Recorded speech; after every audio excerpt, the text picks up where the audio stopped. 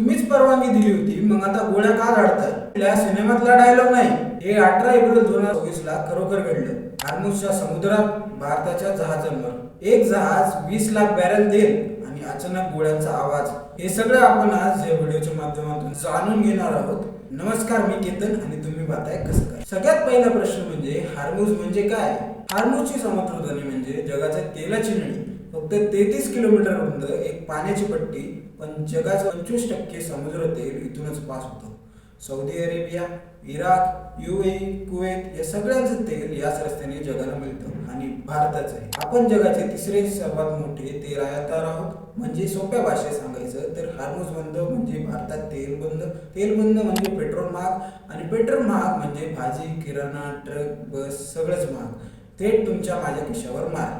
आता समजून घेऊया हे संकट कसं सुरू झालं. फेब्रुवारी 2026 मध्ये अमेरिका आणि इस्रायलने इराणवर मोठी हवाई हल्ले केले.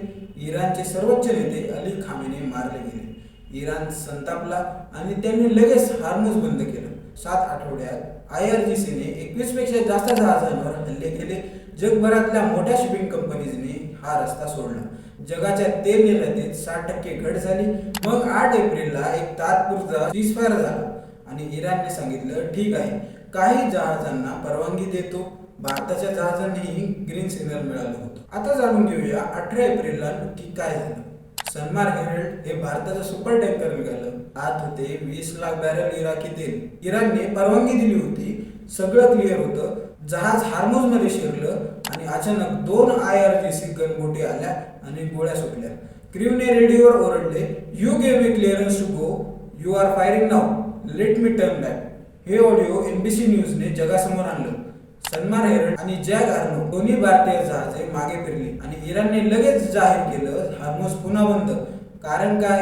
अमेरिकेने 13 एप्रिल पासून इराणचे पोर्ट्सवर नेव्हल ब्लॉकहेड सुरू केलं होतं. त्यांच्या रागात इराणने हे केलं. भरोसा दिलेल्या जगावरच गोळ्या झाडणं हा विश्वासघात नाही का? तुम्हाला काय वाटतं? कमेंटमध्ये नक्की सांगा.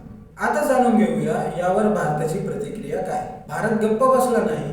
परराष्ट्र सचिव विक्रम मिस्त्री यांनी इराणच्या राजदूताला दिल्लीत बोलवलं आणि सरकारने स्पष्ट सांगितलं भारताला हे अजिबात मान्य नाही. इंडियन नेव्हीचं ऑपरेशन ऊर्जा सुरक्षा सध्या सुरू आहे. 5 पेक्षा जास्त युद्धनौका त्या भागात तैनात आहेत. आता 22-23 एप्रिलला चीजफेअर डेडलाईन आहे. US इराण टॉक सुरू आहेत. हॉर्मुझ उघडलेलं की नाही हे त्यांच्यावर अवलंबून राहील. पण एक गोष्ट नक्की, जगाच्या या एका छोट्याशा पाण्याच्या पट्टीत जे होते त्याचा थेट परिणाम तुमच्या माझ्या रोजच्या जगण्यावर होणार आहे. व्हिडिओ आवडला असेल तर लाईक करा आणि शेअर करा. चॅनलला सबस्क्राईब करा आणि पाहत राहा फक्त कसं काय.